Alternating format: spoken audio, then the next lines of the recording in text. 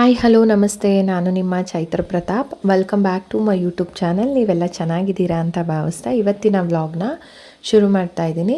Friends, ಇವತ್ತಿನ vlog ಬಂದು ಬುಧವಾರದ complete vlog ಆಗಿರುತ್ತೆ. ನಾನು ಸುಮಾರು ವ್ಲಾಗ್ಗಳಿಂದನೇ ಹೇಳಿದ್ದೆ.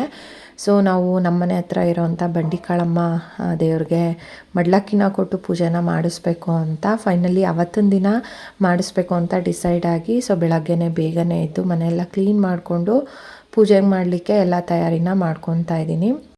ಎಷ್ಟೋ ದಿನಗಳಿಂದ ಅನ್ಕೊತಾನೆ ಇದ್ದೆ ಹೋಗಬೇಕು ಅಂತ, ಆಗ್ತಾನೆ ಇರಲಿಲ್ಲ. ಏನಾದರೂ ಒಂದು ಅಡ್ಡಿ ಆತಂಕಗಳಾಗ್ತಾನೆ ಇರುತ್ತೆ. ಈ ಥರ ಮನೆ ದೇವ್ರಿಗೆ ಹೋಗ್ಬೇಕಾದ್ರೂ ಅಷ್ಟೇ, ಅಥವಾ ದೇವಸ್ಥಾನಕ್ಕೆ ಹೋಗಿ ಏನೋ ಒಂದು ಅರ್ಕೆ ಅಂತ ಇರುತ್ತಲ್ಲ, ಅದನ್ನು ತೀರಿಸ್ಬೇಕು ಅಂತ ಅಂದ್ಕೊಂಡಾಗ ಏನಾದರೂ ಒಂದು ಸಣ್ಣ ಪುಟ್ಟ ಪ್ರಾಬ್ಲಮ್ಗಳಂತ ಆಗ್ತಾನೆ ಇರುತ್ತೆ. ಅಂದರೆ ನಮಗೆ ಟೈಮ್ ಇಲ್ದಲೇ ಇರ್ಬೋದು, ಅಥವಾ ಟೈಮ್ ಇದ್ದಾಗ ನಮಗೆ ಹೋಗೋದಕ್ಕೆ ಮನಸ್ಸಾಗ್ದಲೇ ಇರ್ಬೋದು. ಈ ಥರ ಏನಾದರೂ ಒಂದು ಆಗ್ತಾನೆ ಇರುತ್ತೆ.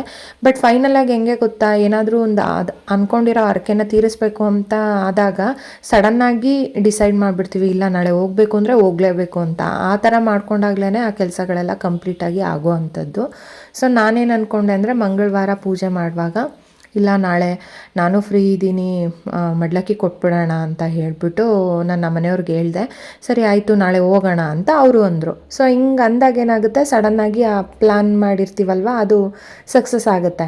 ಅದೇ ಬೇರೆ ಟೈಮಲ್ಲಿ ಹೇಗೆ ಅಂತಂದರೆ, ನಾನು ಪ್ರತಿ ನಾಳೆ ಹೋಗೋಣ ಅಂತಂದರೆ ಅವರು ಇಲ್ಲ ನಾಳೆ ನನಗೆ ಕೆಲಸ ಇದೆ ಅಂತಾರೆ, ಅಥವಾ ಅವರು ಇಲ್ಲ ಇವತ್ತು ಹೋಗಿ ಮಾಡಿಸ್ಕೊಂಬರೋಣ ಅಂದಾಗ, ಅಥವಾ ನನಗೇನಾದರೂ ಒಂದು ಕೆಲಸ ಇರುತ್ತೆ. ಈ ಥರನೇ ಆಗ್ತಿತ್ತು. ಅದಕ್ಕೆ ಯಾಕೋ ಬೇಜಾರಾಗ್ತಾಯಿತ್ತು. ತುಂಬ ದಿನ ಆಯಿತು ಮಡ್ಲಕ್ಕಿ ಕೊಡಬೇಕು ಅಂತ ಅಂದ್ಕೊಂಡು ಆಗಲೇ ಇಲ್ವಲ್ಲ ಅಂದ್ಬಿಟ್ಟು, ಪ್ರತಿ ವರ್ಷ ಹೇಗೆ ಅಂತಂದರೆ ಮೇ ತಿಂಗಳಲ್ಲೆಲ್ಲ ಕಂಪ್ಲೀಟಾಗಿ ಮಾಡ್ಕೊಂಬಂದ್ಬಿಡ್ತಿದ್ದೆ. ಬಟ್ ಈ ಸಲನೇ ತುಂಬ ಲೇಟ್ ಆಗಿದ್ದು, ಹಾಗಾಗಿ ಇಲ್ಲ ಬುಧವಾರ ಹೋಗೋಣ ಅಂತ ಡಿಸೈಡ್ ಆದ್ವಿ. ಇನ್ನು ಬಂಡಿಕಾಳಮ್ಮ ಟೆಂಪಲ್ಗೆ ಅಂತ ಅಂದರೆ ನಾವು ಮಂಗಳವಾರ, ಶುಕ್ರವಾರ, ಭಾನುವಾರ ಮತ್ತಿನ ಅಮಾವಾಸ್ಯೆ ಪೌರ್ಣಮಿನಲ್ಲಂತೂ ಹೋಗಿ ಪೂಜೆ ಮಾಡಿಸಿ ಮಡ್ಲಕ್ಕಿ ಕೊಡ್ತೀವಿ ಅಂತಂದರೆ ಖಂಡಿತ ಆಗೋದಿಲ್ಲ. ಯಾಕೆಂತಂದರೆ ಆ ದಿನಗಳಲ್ಲಂತೂ ತುಂಬ ಅಂದರೆ ತುಂಬ ಜನ ರಶ್ ಇರ್ತಾರೆ. ದೇವಸ್ಥಾನದಲ್ಲಿ ಅಷ್ಟು ಜನ ಇರುವಾಗ ನಾವು ಹೋಗಿ ಮಡ್ಲಕ್ಕಿ ಕೊಟ್ಟು ನೀಟಾಗಿ ಪೂಜೆ ಮಾಡಿಸ್ಕೊಂಡು ಬರ್ತೀವಿ ಅಂತ ಅಂದರೆ ಅದು ಒಂಥರ ಸಮಾಧಾನ ಅನಿಸೋದೇ ಇಲ್ಲ. ಅದೇ ಈ ರೀತಿ ಬಿಡು ದಿನಗಳಲ್ಲಿ ಅಂದರೆ ಬುಧವಾರ ಅಥವಾ ಗುರುವಾರ, ಸೋಮವಾರ ಇರೋದ್ರಲ್ಲಿ ಈ 3 ದಿನದಲ್ಲಿ ಹೋಗಿ ದೇವ್ರ ದರ್ಶನ ನೀಟಾಗಿ ಮಾಡ್ಕೊಂಡು ಬರ್ಬೋದು. ಇನ್ನು ಉಳಿದಿರೋ ದಿನಗಳಲ್ಲಂತೂ ನಿಜವಾಗ್ಲೂ ಯಾವುದೇ ಟೈಮ್ ಹೋಗಲಿ ಯಾವಾಗಲೂ ಜನ ಇದ್ದಂಗೆ ಇರ್ತಾರೆ. ಹಾಗಾಗಿ ನಾವು ಬುಧವಾರ ಹೋಗಿ ಬರೋಣ ಅಂತ ಅಂದ್ಬಿಟ್ಟು ಪ್ರತಿ ವರ್ಷವೂ ಹಂಗೇ ಬಂಡಿಕಾಳಮ್ಮಂಗಂತೂ ಬುಧವಾರ ಇಲ್ಲ ಗುರುವಾರ, ಸೋಮವಾರ ಈ ದಿನಗಳಲ್ಲೇ ಹೋಗಿ ಮಡ್ಲಕ್ಕಿನ ಕೊಟ್ಟು ಬರೋ ಅಂಥದ್ದು. ಸರಿ ಅಂತ ಹೇಳಿಬಿಟ್ಟು ನಾನು ಬೇಗ ಇದ್ನಲ್ವ, ಎಲ್ಲ ಮನೆಯೆಲ್ಲ ಕ್ಲೀನ್ ಮಾಡಿಕೊಂಡು ಸ್ವಲ್ಪ ಮೊಸರನ್ನ ಮಾಡ್ಕೊಂಡು ಹೋಗೋಣ ಅಂದ್ಬಿಟ್ಟು ಅಕ್ಕಿ ತೊಳೆದಿಟ್ಟಿದ್ದೀನಿ. ಇನ್ನು ಪೂಜೆಗೆಲ್ಲ ರೆಡಿ ಮಾಡ್ಕೊತಾ ಇದ್ದೀನಿ. ಇನ್ನು ಬಂಡಿಕಾಳಮ್ಮನಿಗೆ ಯಾವಾಗಿನಿಂದ ಮಡ್ಲಕ್ಕಿ ಕೊಡಲಿಕ್ಕೆ ಶುರು ಮಾಡ್ಕೊಂಡ್ವಿ ಅಂತ ಅಂದರೆ, ಈಗ ಅಂದರೆ ಏರಿಯಾಗಳಲ್ಲೆಲ್ಲ ಗಣಪತಿ ಕೂರಿಸ್ತಾರೆ ಅಲ್ವಾ. ಸೊ ಆ ಥರ ನಮ್ಮ ಸರೌಂಡಿಂಗಲ್ಲಿ ಅಂದರೆ ನಾವಿರೋ ನಮ್ಮ ಅಜ್ಜಿ ಮನೆ ಇದೆಯಲ್ಲ, ಅಲ್ಲಿ ನಮ್ಮ ಮನೆಯವ್ರ ಫ್ರೆಂಡ್ಸು ಎಲ್ಲರೂ ಸೇರಿ ಗಣಪತಿನ ಕೂರಿಸ್ತಿದ್ರು. ಗಣಪತಿ ಕೂರಿಸಿದಾಗ ಜೊತೆಯಲ್ಲಿ ಬಂಡಿಕಾಳಮ್ಮನ ದೇವರನ್ನು ಸಹ ಕರೆಸ್ತಿದ್ರು.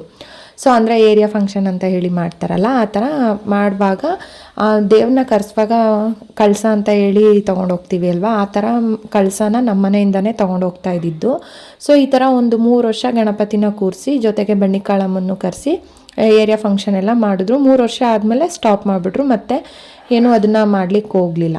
ಆಮೇಲೆ ನಮ್ಮನೆಯವರು ಅಂದರು, ಪ್ರತಿ ವರ್ಷ ನಮ್ಮ ಮನೆಯಿಂದನೇ ಮಡ್ಲಕ್ಕಿ ಹೋಗ್ತಾ ಇತ್ತಲ್ವ, ಅಂದರೆ ಕಳಸ ಎಲ್ಲ ತೊಗೊಂಡು ಹೋಗ್ತಿದ್ವಿ.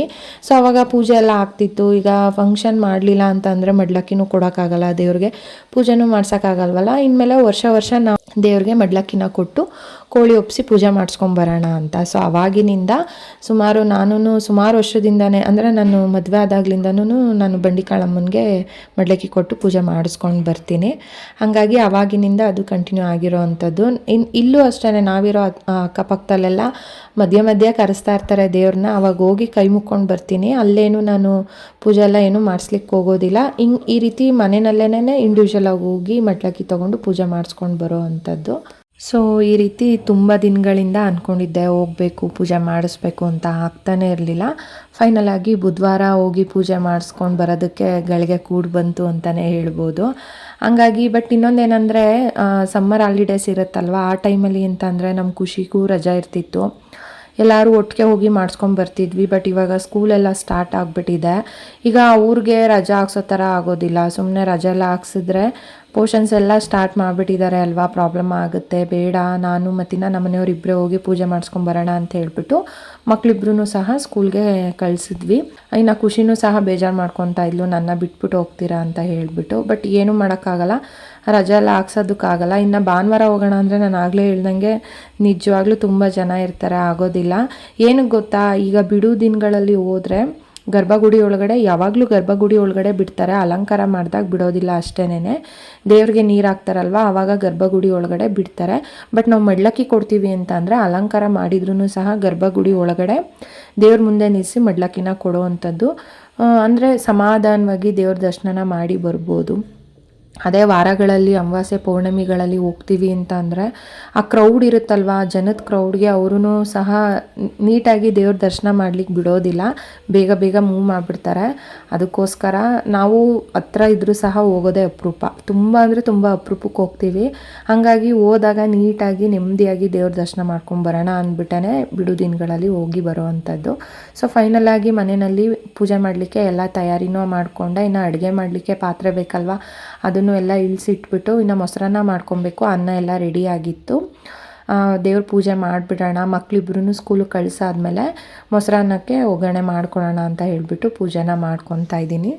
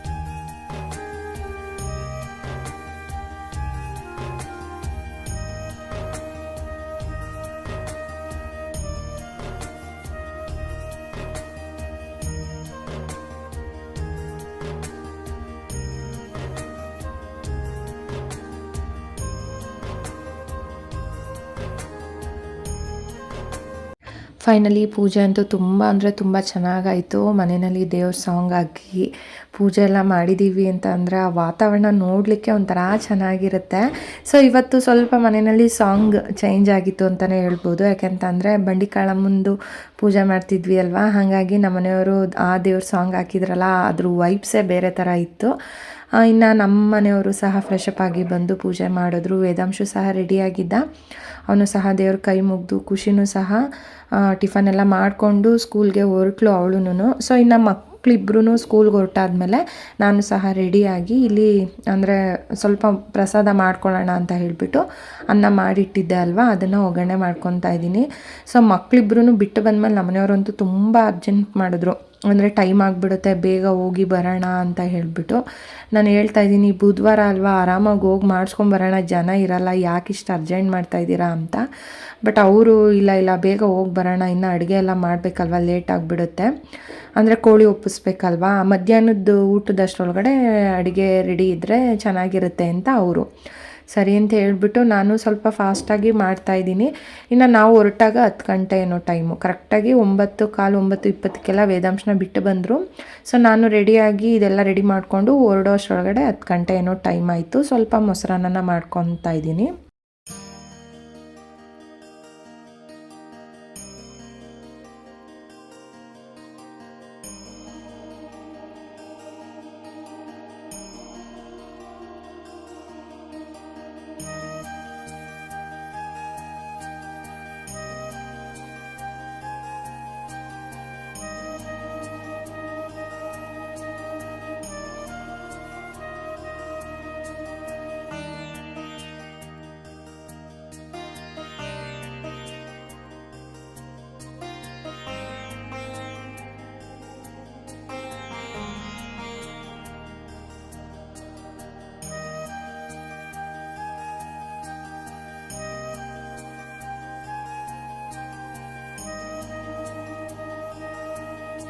ಫೈನಲಿ ಎಲ್ಲ ರೆಡಿ ಮಾಡಿಕೊಂಡು ಬಂಡಿಕಾಳಮ್ಮ ಟೆಂಪಲ್ಗೆ ಬಂದಿದ್ದೀವಿ. ನೀವು ನೋಡ್ತಾ ಇರ್ಬೋದು ದೇವಸ್ಥಾನ ಎಂಟ್ರೆನ್ಸ್ ಎಲ್ಲ ಯಾವ ಥರ ಇದೆ ಅಂತ ಅಂದ್ಬಿಟ್ಟು. ಸುಮಾರು ವ್ಲಾಗ್ಗಳಲ್ಲಿ ನಾನು ಆಲ್ರೆಡಿ ದೇವಸ್ಥಾನಕ್ಕೆ ಬಂದಿರೋದನ್ನು ಶೇರ್ ಮಾಡಿದ್ದೀನಿ, ಅಂದರೆ ನವರಾತ್ರಿ ತಿಂಗಳಲ್ಲಿ.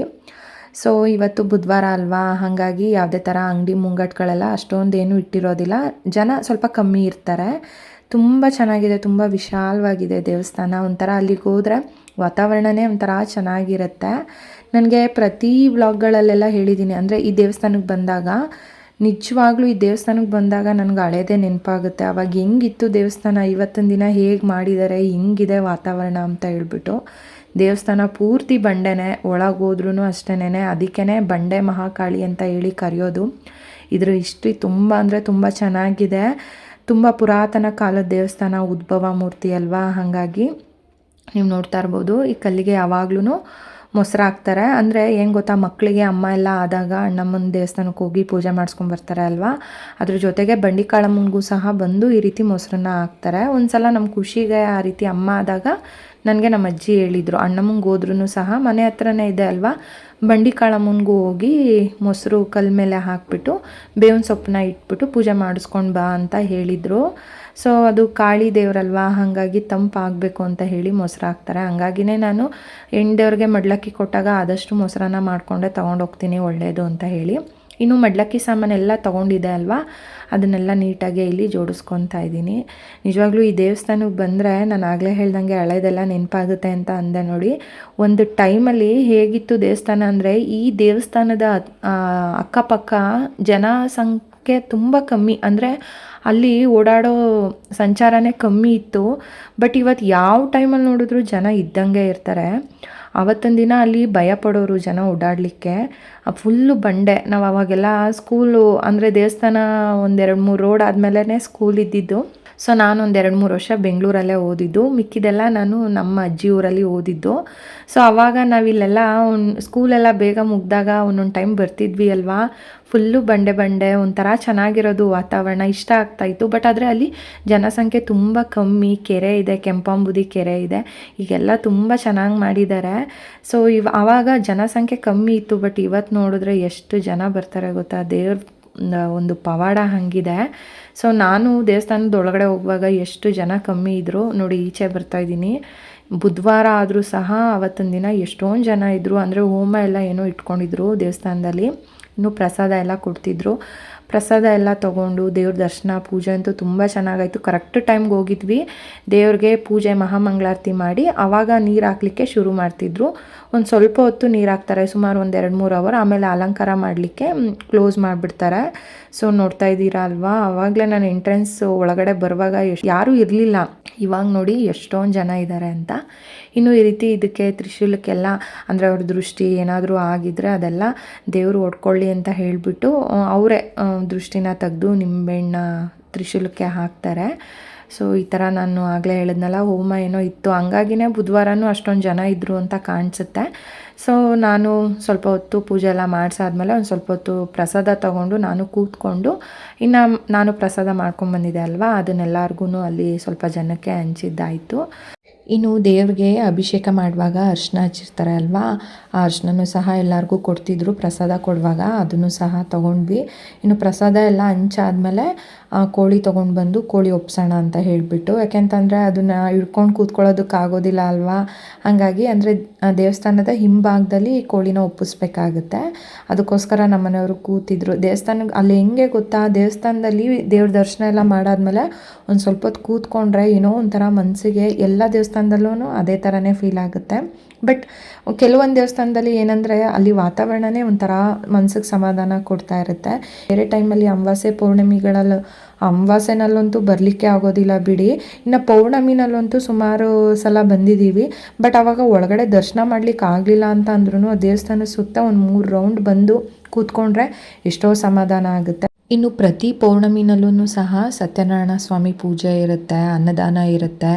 ತುಂಬ ಅಂದರೆ ತುಂಬ ಜನ, ಎಷ್ಟು ದೂರದಿಂದ ಎಲ್ಲ ಜನ ಬರ್ತಾರೆ ಗೊತ್ತಾ. ಕೆಲವೊಂದು ಟೈಮ್ ನಾವು ಅಂದರೆ ನಮ್ಮ ಸರೌಂಡಿಂಗಲ್ಲೇ ಓಡಾಡ್ತಿರ್ತೀವಿ ಅಲ್ವಾ, ಆವಾಗ ದೇವಸ್ಥಾನದ ಅಡ್ರೆಸ್ ಎಲ್ಲ ಎಷ್ಟೋ ಜನ ಕೇಳಿರೋದುಂಟು.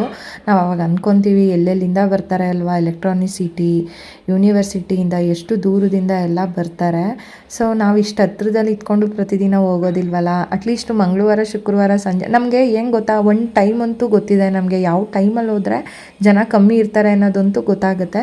ಸೊ ಜನ ಇರೋ ಟೈಮಲ್ಲಂತೂ ನಾವು ಹೋಗ್ಲಿಕ್ಕೆ ಆಗೋದಿಲ್ಲ. ಸೊ ಆ ಥರ ಬಿಡು ಇರೋ ಟೈಮಲ್ಲಿ ಹೋಗಿ ದೇವ್ರ ದರ್ಶನ ನಿಧಾನಕ್ಕೆ ಮಾಡ್ಕೊಂಬರ್ತೀವಿ. ಎಷ್ಟೋ ಸಲ ರಾತ್ರಿ 9 ಗಂಟೆ 10 ಗಂಟೆಗೆ ಹೋಗಿ ದೇವ್ರ ದರ್ಶನ ಮಾಡಿರೋದು ಉಂಟು. ಯಾಕೆಂದರೆ ಆ ಟೈಮಲ್ಲಿ ಕ್ರೌಡ್ ಕಮ್ಮಿ ಇರುತ್ತೆ ಅಂತ ಹೇಳಿ. ನೀವು ನೋಡಿದ್ರಿ ಅಲ್ವಾ, ಅದು ಕಾಲಭೈರವ ಸ್ವಾಮಿ ಕಾಟೇರಮ್ಮ ಇದು. ಸೊ ಇಲ್ಲೂ ಸಹ ಕೋಳಿ ಎಲ್ಲ ಒಪ್ಪಿಸಿ ಪೂಜೆ ಮಾಡ್ತಾರೆ. ಸೊ ಪೂರ್ತಿ ಬಂಡೆಯಿಂದನೇ ಇದಾಗಿರೋ ಅಂಥ ದೇವಸ್ಥಾನ. ನೋಡಿದ್ರಿ ಅಲ್ವಾ, ಹೋಮ ಎಲ್ಲ ಏನೋ ಅರೇಂಜ್ ಮಾಡಿದರು. ಸೊ ನಾವು ಎಲ್ಲ ಒಂದು ಸುತ್ತು ನೀಟಾಗಿ ನೋಡಿಕೊಂಡು ಸ್ವಲ್ಪ ಹೊತ್ತು ಕೂತ್ಕೊಂಡು ಆಮೇಲೆ ನಮ್ಮನೆಯವ್ರು ಹೋಗಿ ಕೋಳಿ ತೊಗೊಂಬಂದರು. ಈ ಕೋಳಿನ ಹಿಂಭಾಗದಲ್ಲಿ ಒಪ್ಪಿಸ್ಬೇಕಾಗುತ್ತೆ. ಸೊ ಅಲ್ಲೂ ಸಹ ಪೂಜೆ ಎಲ್ಲ ಮಾಡಿ ದೇವ್ರಿಗೆ ಕೋಳಿನ ಒಪ್ಪಿಸ್ತಾರೆ. ಸೊ ಅದನ್ನು ನಮ್ಮನೆಯವರು ಮಾಡಿಸ್ಕೊಂಬರ್ತೀನಿ, ನೀನೇನು ಬರೋದಕ್ಕೆ ಹೋಗಬೇಡ ಅಂದರು. ಹಾಗಾಗಿ ನಾನು ಈಚೆನೇ ಇದ್ದೆ.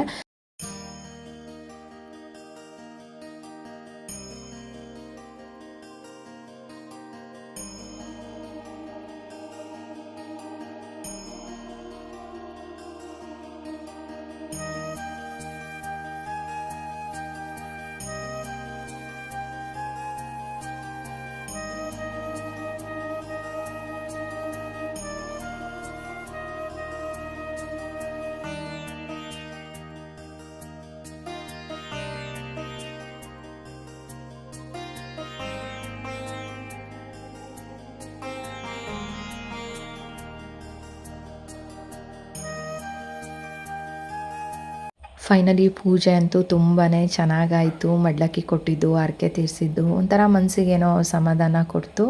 ಸೊ ಪೂಜೆ ಎಲ್ಲ ಮುಗಿಸಿ ಈಗ ರಿಟರ್ನ್ ನಾವು ಮನೆಗೆ ಹೊರಡ್ತಾ ಇದ್ದೀವಿ. ಕಾಳಿ ಕೋಟೆ ಪುನರ್ದರ್ಶನ ಪ್ರಾಪ್ತಿರಸ್ತು ಅಂತ ಹಾಕಿದ್ದಾರೆ. ಸೊ ಇನ್ನು ಯಾರೆಲ್ಲ ಈ ದೇವಸ್ಥಾನಕ್ಕೆ ಬಂದಿಲ್ಲ, ಖಂಡಿತ ಬಂದೋಗಿ. ತುಂಬ ಚೆನ್ನಾಗಿದೆ ದೇವಸ್ಥಾನ, ವಾತಾವರಣ ಚೆನ್ನಾಗಿದೆ, ದೇವ್ರ ಶಕ್ತಿ ಪವಾಡನೂ ಸಹ ಹಾಗೇ ಇದೆ. ದೇವ್ರ ಮೇಲೆ ನಂಬಿಕೆ ಇಟ್ಟು ನಿಮ್ಮ ಮನಸ್ಸಲ್ಲಿರೋ ಬೇಡಿಕೆನ ದೇವ್ರ ಮುಂದೆ ಹೇಳ್ಕೊಂಡ್ರೆ ಖಂಡಿತ ನೆರವೇರುತ್ತೆ. ಇದು ನನ್ನ ಒಂದು ಅನುಭವದ ಮಾತು. ಇನ್ನು ಎದುರುಗಡೆ ನೀವು ನೋಡ್ತಾ ಇರ್ಬೋದು, ಪ್ರಳಯ ಕಾಲ ವೀರಭದ್ರ ಸ್ವಾಮಿ ದೇವಸ್ಥಾನ, ಶಿವನ ರುದ್ರ ರೂಪ ದೇವಸ್ಥಾನ. ಎದುರುಗಡೆ ಇರೋದು ಪಾರ್ವತಿಯ ಕಾಳಿ ರೂಪ ಅಂತಲೇ ಹೇಳ್ಬೋದು. ಎದುರು ಬದ್ರು ಇರೋ ದೇವಸ್ಥಾನ. ನಮ್ಮ ಅಜ್ಜಿ ನನಗೆ ಯಾವಾಗಲೂ ಈ ಮಾತನ್ನು ಹೇಳೋದು. ಅಂದರೆ ಶಿವನ ರುದ್ರ ರೂಪ ಎದುರುಗಡೆ ಇದೆ, ಪಾರ್ವತಿಯ ಕಾಳಿ ರೂಪ ದೇವರ ಎದುರುಗಡೆ ಇರೋ ಅಂಥದ್ದು ಅಂತ ಹೇಳಿಬಿಟ್ಟು. ಸೊ ಹೇಗಿದೆ ನೋಡಿ, ಪುರಾತನ ಕಾಲದಲ್ಲೇ ಅಲ್ಲೂ ಸಹ ಉದ್ಭವ ಮೂರ್ತಿನೇ ದೇವರು, ಇದು ಸಹ ಉದ್ಭವ ಮೂರ್ತಿನೇ. ಸೊ ಫೈನಲಿ ಮನೆಗೆ ಬಂದ್ವಿ. ಇನ್ನು ಅಡುಗೆ ತಯಾರಿ ಎಲ್ಲ ಮಾಡ್ಕೊಬೇಕು. ಮನೆಗೆಲ್ಲ ಬಂದು ನಾನು ಟಿಫನ್ ಇನ್ನೂ ಮಾಡಿರಲಿಲ್ಲ ಅಲ್ವಾ, ಟಿಫನ್ ಎಲ್ಲ ಮಾಡಿಕೊಂಡು ಒಂದು ಸ್ವಲ್ಪ ಹೊತ್ತು ಕೂತು, ಅಂದರೆ ದೇವಸ್ಥಾನದಿಂದ ಏನು ಸ್ವಲ್ಪ ಅಕ್ಕಿ ಎಲ್ಲ ಕೊಟ್ಟಿರ್ತಾರೆ ಅಲ್ವಾ, ಅದು ಮತ್ತಿನ್ನು ದೇವ್ರದ್ದು ಅರ್ಶಿನ ಕೊಟ್ಟಿದ್ರಲ್ವ, ಅಭಿಷೇಕ ಮಾಡಿದ್ದು, ಅದನ್ನೆಲ್ಲ ದೇವ್ರ ಮನೆಯಲ್ಲಿಟ್ಟು ಸ್ವಲ್ಪ ಹೊತ್ತು ರೆಸ್ಟ್ ಮಾಡಿ ಅಡುಗೆಗೆಲ್ಲ ರೆಡಿ ಮಾಡ್ಕೊತಾ ಇದ್ದೀನಿ. ಬಟ್ ಅದೇನು ಗೊತ್ತಾ, ನಾನು ಮನೆಯಿಂದ ಹೊರಡುವಾಗ ಕರೆಂಟ್ ಹೋಯ್ತು. 10 ಗಂಟೆಲೇನೋ ಕರೆಂಟ್ ಹೋಗಿದ್ದು. ಸುಮಾರು ಒಂದು 11:30 12 ಗಂಟೆ, 1-1.5 ಅವರ್ ಆದ್ರೂ ಕರೆಂಟ್ ಏನೂ ಬಂದೇ ಇರಲಿಲ್ಲ. ಸರಿ, ನಾನು ಅಡುಗೆಗೆ ಮಸಾಲೆಗೆಲ್ಲ ರೆಡಿ ಮಾಡ್ಕೊಳ್ಳೋಣ, ಕರೆಂಟ್ ಬಂದಮೇಲೆ ಮಾಡ್ಕೊಳ್ಳೋಣ ನಿಧಾನಕ್ಕೆ ಅಂತ ಅಂದ್ಬಿಟ್ಟು. ಸೊ ಹೊರಗಡೆ ಯಾರನ್ನೂ ಏನೂ ಕರೆದಿರಲಿಲ್ಲ, ಮನೆ ಮಟ್ಟಕ್ಕೆ ಮಾಡ್ಕೊತಾ ಇದ್ದಿದ್ದಲ್ವ, ಹಂಗಾಗಿ ನಿಧಾನಕ್ಕೆ ಮಾಡೋಣ ಅಂತ ಹೇಳಿ ಮಾಡಿಕೊಂಡೆ. ಅಷ್ಟರೊಳಗಡೆ ಕರೆಂಟು ಸಹ ಬಂತು. ಇಲ್ಲಿ ಮೊಟ್ಟೆ ಎಲ್ಲ ಬೇಯಲಿಕ್ಕೆ ಇಡ್ತಾಯಿದ್ದೀನಿ. ಇನ್ನು ನಾಟಿ ಕೋಳಿ ತಂದಿದ್ದು, ಅಂದರೆ ದೇವ್ರಿಗೆ ಒಂಟಿ ಕೋಳಿ ಒಪ್ಪಿಸ್ಬಾರ್ದು ಅಂತ ಹೇಳಿ ಜೋಡಿ ಕೋಳಿನ ಒಪ್ಪಿಸ್ತಾರೆ. ನಾವು ಯಾವುದೇ ಮನೆ ದೇವ್ರಿಗೆ ಹೋದರೂ ಅಷ್ಟೇ, ಒಟ್ಟಿನಲ್ಲಿ ಒಂಟಿ ಏನೂ ಇದು ಮಾಡಬಾರ್ದು ಅಂತ ಹೇಳಿ. ಹಂಗಾಗಿ 2 ಕೋಳಿ ತಂದಿದ್ದಲ್ವಾ, ಒಂದು 3 kg ಅಷ್ಟೇನೋ ಚಿಕನ್ ಇತ್ತು, ಅಂದರೆ ನಾಟಿ ಕೋಳಿ. ಸೊ ಇದು ನಾಟಿ ಕೋಳಿ ಸಾಂಬಾರು ಯಾವ ರೀತಿ ಮಾಡೋದು ಅಂತ ನಾನು ಆಲ್ರೆಡಿ ನನ್ನ ಚಾನಲ್ನಲ್ಲಿ ಅಪ್ಲೋಡ್ ಮಾಡಿದ್ದೀನಿ. ಹಂಗಾಗಿ ಇದರಲ್ಲೇನು ತೀರಾ ಬ್ರೀಫಾಗೇನು ನಾನು ಕ್ಲಿಪ್ಪಿಂಗ್ಸ್ ಎಲ್ಲ ತೊಗೊಂಡಿಲ್ಲ. ಸೊ ಮಸಾಲೆ ಎಲ್ಲ ರೆಡಿ ಮಾಡಿಕೊಂಡು ಸಾಂಬಾರೆಲ್ಲ ರೆಡಿ ಮಾಡ್ತಾಯಿದ್ದೀನಿ. ಫೈನಲಾಗಿ ಅಡುಗೆ ಮುಗಿಯೋಷ್ಟರೊಳಗಡೆ 2:30 ಏನೋ ಟೈಮ್ ಆಯಿತು. ಯಾಕೆಂದರೆ ಕರೆಂಟ್ ಬೇರೆ ಇರಲಿಲ್ಲ ಅಲ್ವಾ, ಹಂಗಾಗಿ ಸೊ ಮಸಾಲೆ ಎಲ್ಲ ರುಬ್ಕೊಳ್ಳೋದಕ್ಕೆ ಸ್ವಲ್ಪ ಟೈಮ್ ಹಿಡಿತು ಅಂತಲೇ ಹೇಳ್ಬೋದು. ಇನ್ನು ನಮ್ಮನೆಯವರು ನಾಟಿ ಕೋಳಿನ ಸಪ್ರೇಟಾಗಿ ಬಸ್ತು ಫ್ರೈ ಮಾಡು ಅಂತ ಹೇಳಿದರು. ಅವ್ರಿಗೆ ಈ ಥರ ಸಪ್ರೇಟಾಗಿ ಬಸ್ತು ಅದನ್ನು ಫ್ರೈ ಮಾಡಿ ಕಾಯಿ ತುರಿ ಎಲ್ಲ ಹಾಕ್ತೀವಲ್ವ, ಆ ಥರ ಮಾಡಿದ್ರೆ ಚೆನ್ನಾಗಿರುತ್ತೆ, ಟೇಸ್ಟು ಚೆನ್ನಾಗಿರುತ್ತೆ ತಿನ್ನಲಿಕ್ಕೆ. ಸಾಂಬಾರಲ್ಲೇ ಬಿಟ್ಟರೆ ಅಷ್ಟು ರುಚಿ ಅನಿಸೋದಿಲ್ಲ, ಹಾಗಾಗಿ ಅದನ್ನು ಸಹ ಸಪ್ರೇಟಾಗಿ ಫ್ರೈ ಮಾಡ್ಕೊಂಡಿದ್ದೆ. ಇನ್ನು ದೇವಸ್ಥಾನದಿಂದ ಬಂದು ಅಡುಗೆ ಎಲ್ಲ ಮಾಡೋಷ್ಟರೊಳಗಡೆ ನಿಜವಾಗ್ಲೂ ತುಂಬಾ ಟಯರ್ಡ್ ಆದಂಗೆ ಆಗೋಯಿತು. ಯಾಕೆಂತಂದರೆ ಬೆಳಗ್ಗೆ 5:30 ಎದ್ದಾಗ್ಲಿಂದ ಅಡುಗೆ ಮಾಡಿ ಮುಗಿಸೋವರೆಗೂ ಆಲ್ಮೋಸ್ಟ್ ನಿಂತಂಗೆ ನಿಂತಿದ್ದೆ. ಸೊ ಹಂಗಾಗಿ ನಾನು ಇಲ್ಲಿಗೆ ಲಾಸ್ಟ್ ಮಾಡ್ಕೊಂಡ್ಬಿಟ್ಟೆ ಕ್ಲಿಪ್ಪಿಂಗ್ಸ್ ಎಲ್ಲ ತೊಗೊಳೋದು. ಮತ್ತು ನಾನು ಬೇರೆ ಯಾವುದು ಕ್ಲಿಪ್ಪಿಂಗ್ಸ್ನ ತೊಗೊಳೋದಕ್ಕೆ ಹೋಗಲಿಲ್ಲ. ನೀವು ನೋಡ್ತಾ ಇರ್ಬೋದು, ಅನ್ನ, ಮುದ್ದೆ, ಮೊಟ್ಟೆ, ಸಾಂಬಾರು, ಫ್ರೈ ಎಲ್ಲ ರೆಡಿಯಾಗಿತ್ತು. ಇನ್ನು ನಮ್ಮನೆಯವರು ಫ್ರೆಂಡ್ಸ್ ಒಂದಿಬ್ಬರು ಊಟಕ್ಕೆ ಬಂದಿದ್ದರು, ಇನ್ನು ನಾನು ಫ್ರೆಂಡ್ಸು ಸಹ ಒಂದಿಬ್ಬರು ಬಂದಿದ್ದರು. ಇನ್ನು ನೈಟು ಅಮ್ಮ ಊಟಕ್ಕೆ ಬಂದರು. ಇಷ್ಟೇ ಜನಕ್ಕೆ ಅಂದರೆ ಮನೆ ಮಟ್ಟಕ್ಕೆ ಅಷ್ಟೇ ನೆನೆ ಅಡುಗೆ ಮಾಡ್ಕೊಂಡಿರೋ ಅಂಥದ್ದು. ಸೊ ಇನ್ನು ಆವತ್ತಿನ ದಿನ ನಾವು ಹೋದಾಗ ದೇವ್ರಿಗಿನ್ನ ಅಲಂಕಾರ ಆಗಿರಲಿಲ್ಲ ಅಲ್ವಾ. ಸೊ ಆವತ್ತಿನ ದಿನ ದೇವ್ರಿಗೆ ಯಾವ ರೀತಿ ಅಲಂಕಾರ ಮಾಡಿದರು ಅನ್ನೋದನ್ನು ನಾನು ವಿಡಿಯೋ ಲಾಸ್ಟಲ್ಲಿ ಫೋಟೋಸ್ನ ಅಪ್ಲೋಡ್ ಮಾಡ್ತೀನಿ. ಸೊ ಇಲ್ಲಿಗೆ ಈ ವ್ಲಾಗ್ನ ನಾನು ಎಂಡ್ ಮಾಡ್ತಾಯಿದ್ದೀನಿ. ನೀವೆಲ್ಲ ವಿಡಿಯೋನ ಪೂರ್ತಿಯಾಗಿ ನೋಡಿದ್ದೀರಾ ಅಂತ ಭಾವಿಸ್ತೀನಿ. ನಿಮಗೇನಾದರೂ ಇಷ್ಟ ಆಗಿದ್ರೆ ದಯವಿಟ್ಟು ಲೈಕ್ ಕೊಡಿ. ಹೊಸದಾಗಿ ಯಾರು ನನ್ನ ಚಾನಲ್ನ ನೋಡ್ತಿದ್ದೀರಾ ದಯವಿಟ್ಟು ಚಾನಲ್ನ ಸಬ್ಸ್ಕ್ರೈಬ್ ಮಾಡ್ಕೊಂಡು ನೋಡಿ ಅಂತ ಕೇಳ್ಕೊತಾ, ಮತ್ತು ನಾನು ನೆಕ್ಸ್ಟ್ ವ್ಲಾಗಲ್ಲಿ ಸಿಗ್ತೀನಿ. ಅಲ್ಲಿವರೆಗೂ ಸಿ ಯು, ಬಾಯ್ ಸ್ನೇಹಿತರೆ, ಥ್ಯಾಂಕ್ ಯು.